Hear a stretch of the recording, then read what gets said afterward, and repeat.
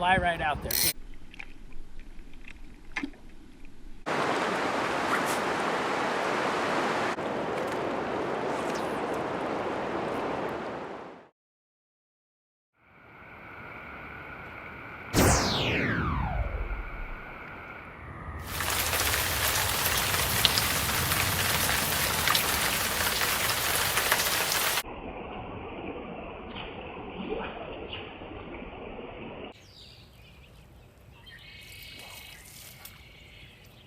I just finished watching a video made by the Ashland Fly Shop called Choosing Your First Spey Rod. So I thought I'd make a response video for it because I liked it so much. The proprietor of the Ashland Fly Shop is Will. Will is a bad man. I'm kind of going with the disheveled look because I want to look just a little bit crazy so Will doesn't come up here from Ashland and thump my melon. Will has a notorious, he's always getting in scuffles on the river with guys. Don't let his innocent boyish charms fool you. He is one bad mother, and I want to stay on his good side. About buying your first spey rod, what to look for? I'm going to show you something. Very first thing you need to do is get something with a good warranty. See, here's how I store my rods. Here's Charlie's spinning rod. Here's like my favorite.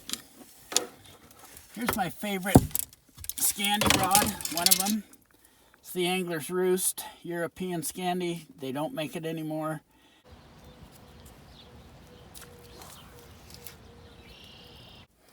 Down locking reel seat, that's exactly what you want. That's what I want. Really nice. Take care of it. Doesn't look like it. You want a good warranty. This is my other favorite rod, a Beulah Classic. It's a Beulah Classic. Beulah Classic's like 10 or 12 years old, but it's a great rod. So I don't really take good care of my stuff. Okay, so when you're buying a new spey rod, you got to figure out what kind of guy you are. Are you one of those type A personalities who takes really good care of their stuff, loves equipment, likes to get the best? Or are you guys like me who tears shit up,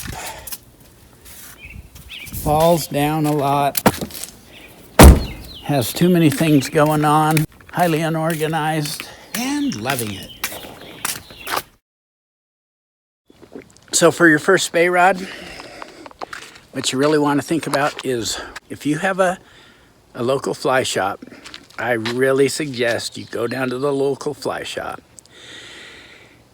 and develop a relationship with those guys and find out what is tried and true, what has a good warranty, what is popular, what fits your price point. They will know how to line it. They will do it right for you if they do a lot of spey stuff. If not, they might do it totally wrong. But if they're good, like my local fly shop is Fin and Fire, and they get new guys outfitted with something that works for them and they do a good job. Try before you buy. Always, always, always try before you buy. If there's any way you can use a friend's spey outfit, do it, man. Find exactly what, for the rivers you're gonna be fishing, if you can try before you buy, do it. If money's no object, try before you buy, go on a guided trip, do all that stuff. Buying a new spey rod, especially your first spey rod, is like a marriage. And you want to date a whole lot of spey rods before you make that commitment. Because most likely for your first one, if you get in a hurry, you're going to get the wrong one. You can't be in a hurry. And if you are, you're going to make a mistake that might last a long time. This is a Bruce & Walker. It's made in Europe. Went through over 30, like 33. I didn't know what I was doing. I wish I could have kept them all though. You're not going to outgrow your spey rod, okay? And I had to develop a relationship with this rod. promise that you will never see a Skagit shooting head. I'm gonna have to outfit you with a Orvis spat and kill, which is really it's a good reel, honey. It'll be fine. It won't be long and you'll be sporting the Benchmade Olsen. I promise you that. Of course, then there's the honeymoon. The honeymoon period is when the rod is new, everything is fresh. This thing, the wind is supposed to blow like a mother today. So what to look for in a new spey rod? What if you're gonna buy your first spey rod? I would seriously contact the Ashland Fly shop, tell them exactly the situation, and it's really hard to get it right, you know. If you're looking for a trout spey, do you get the Reddington hydrogen 3-weight or the 4-weight? I hate stuff like that because you know you're gonna get the wrong one. Better get a good walk in before the wind comes up, huh? That's it, yeah. It's gonna be a mother. I don't know if I should have said that. So in the Ashland Fly Shop video, the guy, the young man, did a very nice presentation. I'm trying to make it so my gut doesn't look so big. The guy did a great presentation. He made a point about the action of the rod. That is a part you could watch over and over and pick up some stuff. But here's what I like. For Skagit casting, I want something that's just a tad soft in this lower section.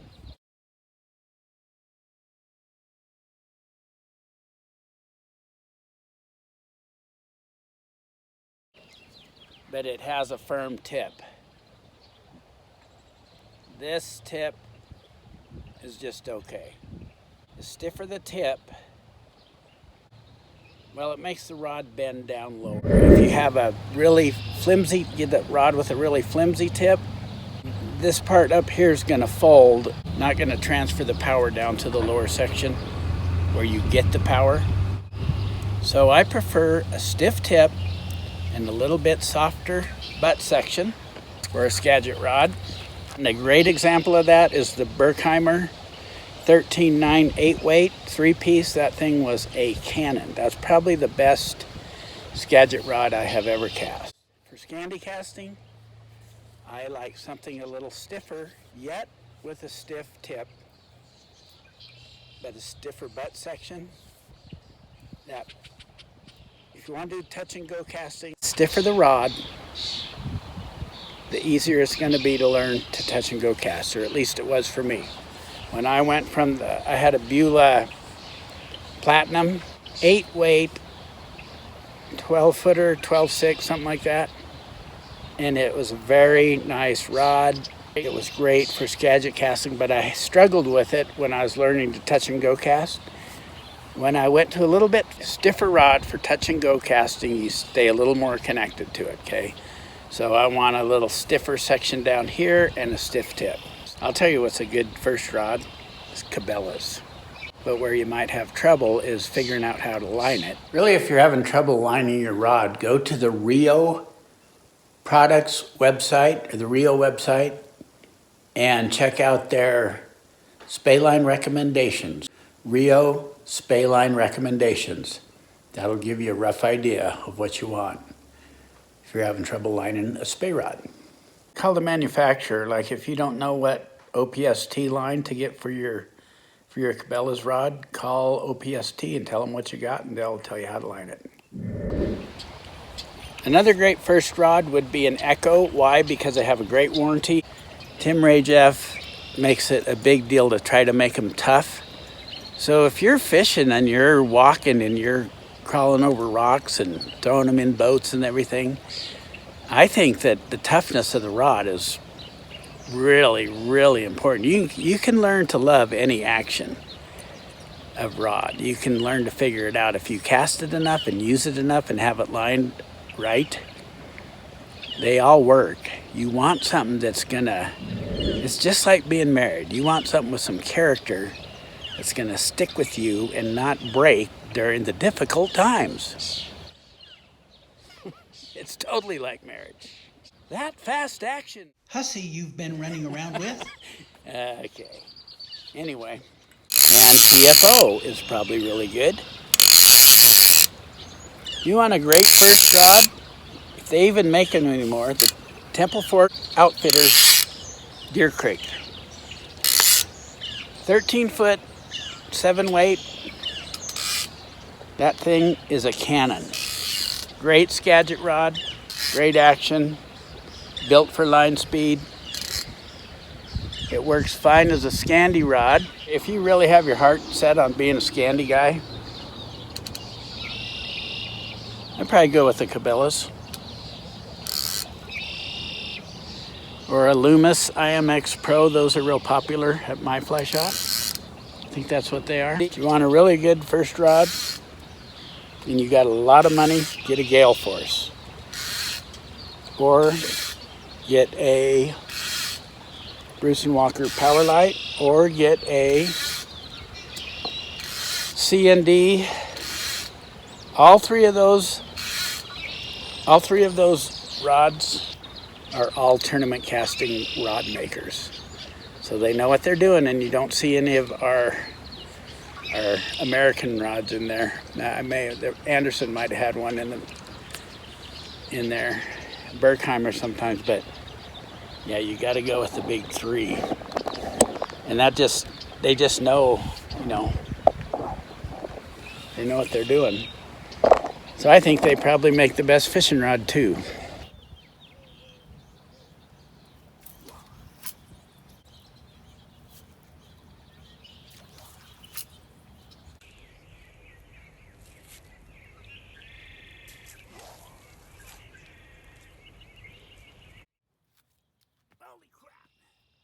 Okay,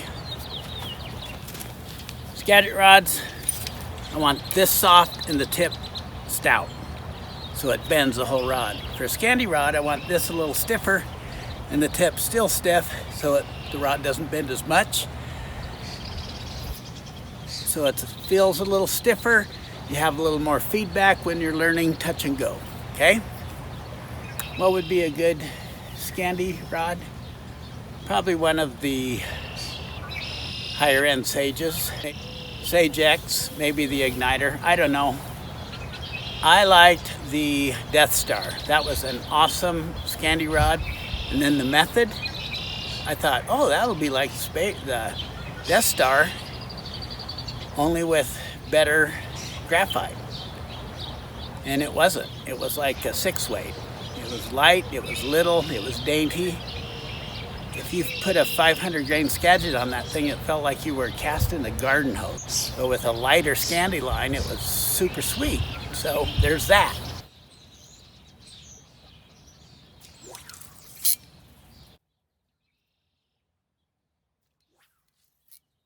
That was beautiful.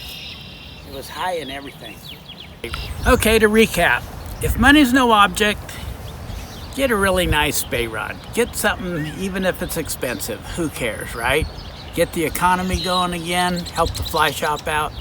Get a Sage Igniter, get a high-end G Loomis, or a really nice Beulah, or any of them. They're all good. If you do it online, you're probably gonna get it wrong anyway, unless you do a lot of due diligence. Find out what tried and true combinations of lines and rods have worked and are easy casting. And just because it's easy casting, that does not mean it's only for beginning anglers or fly fishermen or spey casters. The most expensive rod I've ever cast is the Gale Force. A Gale Force 15-footer is the most expensive fishing rod I have cast, and it was very easy to cast. It's got a great design, it's got great recovery, it's got great graphite. It's an amazing rod, but it's easy to cast. So if you want to really spend a lot of money, get a Gale Force. Poppy at the Red Shed will sell you a really nice Gale Force rod. Those are the best, or at least probably my favorite. Okay, fishing rod. Or Bruce & Walker. Those are also the best. The 16-footer amazing, but who wants a 16-footer, right? But Bruce and Walker also makes 13-foot rod. So don't rule those out. A really good rod should be easy to cast, whether you're the best caster in the world or a rank beginner, period. Just because it's a high-end rod doesn't mean that you got to really have your act together. Problem with even doing a lot of research, I have a friend who decided he wanted to, he's the kind of guy that does everything right. He researched the reel, the line. He wanted a certain look. He wanted to do the Skagit stuff. And he ended up with this was 6, 8, 10 years ago, a Sage 1 6126 and a Skagit line, and neither him or I could get that thing to work. I just did not enjoy it. It worked better. It just wasn't my cup of tea, and it was all set up just so, and then neither one of us really cared for the rod. So that was a big disappointment. So you can always go wrong with that. Yet a tried, if you want to go super cheap, I guess even Fenwick has an ugly stick that's a Spey rod now. And I'm probably going to get one because that's probably the only thing I know I cannot break. You're always going to be breaking tips on these things for the most part. I am. If you hit them with a dumbbell eye, they are going to break somewhere along the line. Another thing to consider, you can get a really cool, super fast action stiff rod for casting a long ways, but they're a pain in the butt to fight fish with because they're so stiff. It's nice to have something a little softer that'll bend in the right places. That's why I like a stiff tip and a little bit softer section right here for fighting fish. That's another problem. So if you want to go cheap, get a Redington Dooley, the Redington Chromer, I'm sure that's fine. They're all good rods. I mean, I haven't cast them all, but you get them lined right and they're going to work for you. You can have a juicy relationship with the same rod you've had for the last 20 years. You know, even 20 years ago, Sage was making rods that had super high modulus. They were fabulous rods, and they're still fabulous rods. You really don't need the latest and the greatest, but you do need something that's recent enough that you can get warranty work done on it. So there's that. That's the problem with buying a used rod, is the warranty, and you're gonna break them. So I don't know what the answer is, except for due diligence.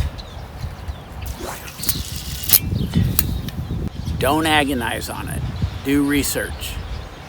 Research it methodically, talk to a lot of people, but don't agonize on it. Don't let the paralysis of analysis drive you insane. Get something. If you're gonna fail fast. Get something, use it, find out what works, what doesn't. That's probably that advice. Oh, golly.